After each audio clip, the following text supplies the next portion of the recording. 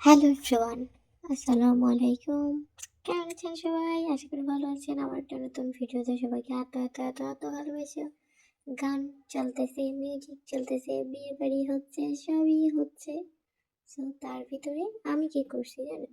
আমি যেখানেই যাই আমি আর কি যেটা করি, সবাই গান নাচ আড্ডায় ব্যস্ত, আর আমার কাজ হচ্ছে সবাইকে একটু ভালো খাবার তৈরি করে খাওয়ানো। বাট এই ভালো খাবারটা সবার মুখেই ভালো লাগে না।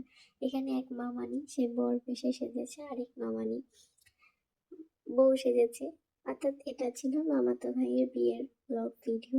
যদিও আমি তেমন ভাবে ভিডিও শেয়ার করিনি, এটা রমজানের আগের ব্লগ, বাট এখন এগুলো শেয়ার করতেছি।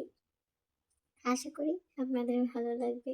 এখানে গান চলতেছে, নাচতেই ময়না, পয়সা পাবি না, এরকম কিছু। যাই হোক, যেটা চলে চলুক, কোনো ব্যাপার নয়। আমরা আমাদের মতো করে চলুন, তাহলে আমরা সবাই মিলে একটা কাজ করি। এরা এদিকে নেচে গানে আড্ডা দিয়ে সব শেষ করে দিচ্ছে। ওরে শালাদের তো হেভি সুন্দর দেখা যাচ্ছে, মনে হচ্ছে এই বউ। আর ভাই কি বলবো আর, চলুন আমরা আমাদের কাজে চলে যাই। এই যে চলে এলাম রান্নাঘরে, দেখতেছি চা হবে, মানে সবাই চা খাবে, তো চা বানানো হয়ে যাচ্ছে। এদিক থেকে আমি বাচ্চাদের একটা আবদার, আমার কাছ থেকে পুডিং খাবে। সো নিয়ে নিলাম ডিম। ওমা, হাঁসের ডিম নাই, এটা মুরগির ডিম না, সরি সরি, এটা হাঁসের ডিম, মুরগির ডিম নাই। সো মুরগির ডিম নেওয়া হয়ে গেল। এখন চলো আমরা পুডিং বানাইতে যাই, সবাই মিলে যাই। কে কে আমার সাথে যাবা চলো। আমি এখানে দুইটা ডিম নিয়ে নিয়েছি। তোমরা অনেকেই পুডিং বানাতে পারো, বাট যারা পারো না তারা আমার রেসিপিটা ফলো করতে পারো। ডিমটা ভেঙে নিয়েছি একটা বোলের মধ্যে, আর আইসিং সুগার নিয়েছি। অর্থাৎ এই আইসিং সুগারটা হচ্ছে চিনি গুঁড়ো করা, এখানে বেশ কিছুটা চিনি দিতে হবে। ভাই এই পুডিং এর রেসিপির কথা আর বলবো না, সবাই তোমরা জানো, তারপরেও বললাম আর কি।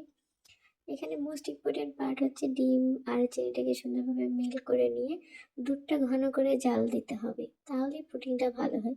বাট আমি দুধটা ঘন করে জাল করিনি, এমনি এমনি দিয়েছিলাম। সো পুডিংটা হয়েছে ভালো, বাট একটু নরম হয়েছে বেশি, বাট সফট হয়েছে এটাই।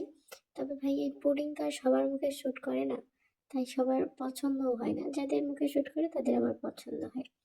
যাই হোক, পুডিংটা এদিক থেকে রেডি হয়ে গেছে। আমি একটা বলে যেহেতু বানাবো, তো তার জন্য আমি চিনি দিয়ে দিলাম 1 চামচের মতো। দেওয়ার পর এটা ক্যারামেল তৈরি করব। চিনিটা দেওয়ার পর আপনারা কোনো প্রকার পানি দিবেন না, যারা ক্যারামেল তৈরি করতে একদমই পারে না আমার এই ক্যারামেল তৈরির রেসিপিটা অবশ্যই দেখবেন মনোযোগ সহকারে। কোনো প্রকার পানি না, এর পাছায় একটু আগুন ধরিয়ে দিলেই ঠিক ক্যারামেল হয়ে যাবে। দেখেন একা একাই হচ্ছে, কিন্তু এটা নাড়ার কোনো প্রয়োজন নেই। চিনিটা একা একাই গলে যাবে, আর এটা পুড়েও যাবে না, তিতেও করবে না।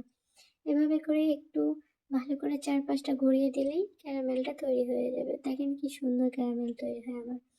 এই যে একবারে কিন্তু পারফেক্ট হয়েছে ক্যারামেলটা, ঠিক কিনা বলুন তো? এটা শর্ট ভিডিও থেকে বড় ভিডিও নেওয়া, তো একটু কম কম দেখা যাচ্ছে, বাট আপনারা বুঝে নেবেন, কারণ আপনারা তো একদম ইন্টেলিজেন্ট মানুষজন, সব খুবই খুবই বুদ্ধিমান। আপনাদের কাছ থেকে আমার রেসিপি শেখার প্রয়োজন, যদিও আপনারা আমার থেকে ভালো পারেন, বাট আমি তারপরে একটু শেয়ার করলাম আর কি। এই যে দেখেন এরকম লাল টুকটুকে হবে। আর এই দেখেন বাচ্চা কাচ্চারা, এরা আমার পুডিং খাওয়ার জন্য বসে আছে। বাচ্চারা তোমরা অপেক্ষা করো, আমি পুডিং নিয়ে আসতেছি। সো সবাই মিলে অপেক্ষা করছে। তোরা কি কোনোদিন পুডিং খাসনি, আমার কাছ থেকে পুডিং খাবি, চিন্তা নাই। বাট এরা পুডিং খাইতে জানে না। এরা কেউ বলছে আমি কম মিষ্টি খাবো, কেউ বলছে বেশি মিষ্টি খাবো। তো পুডিং রেডি হয়ে গেছে, পুডিং খাটাও হয়ে গেছে। দেন এখানে আবার একটা গান বাজতেছে, ওই নাচ ময়না নাকি, যাই হোক গান বাজতেছে, গান দিয়ে শেষ করতে হবে। কোনো ব্যাপার না, তোমরা বিয়েতে জয়েন করতে চাইলে চলে আসো, আবারও বিয়ে হবে যখন তোমাদের সবাইকে দাওয়াত দিব। আর পুডিং এর রেসিপিটা পরবর্তীতে দেখাবো যদি সময় হয়। সরি, আমি দেখিয়ে দিয়েছি ওই যে ডিম পুডিং এর রেসিপি। হ্যাঁ, ওটা ডিম ভাজির রেসিপি ছিল, ডিম পুডিং এর রেসিপিটাও দেখিয়ে দেবো নেক্সট ভিডিওতে। আল্লাহ হাফেজ, সবাই ভালো থাকো।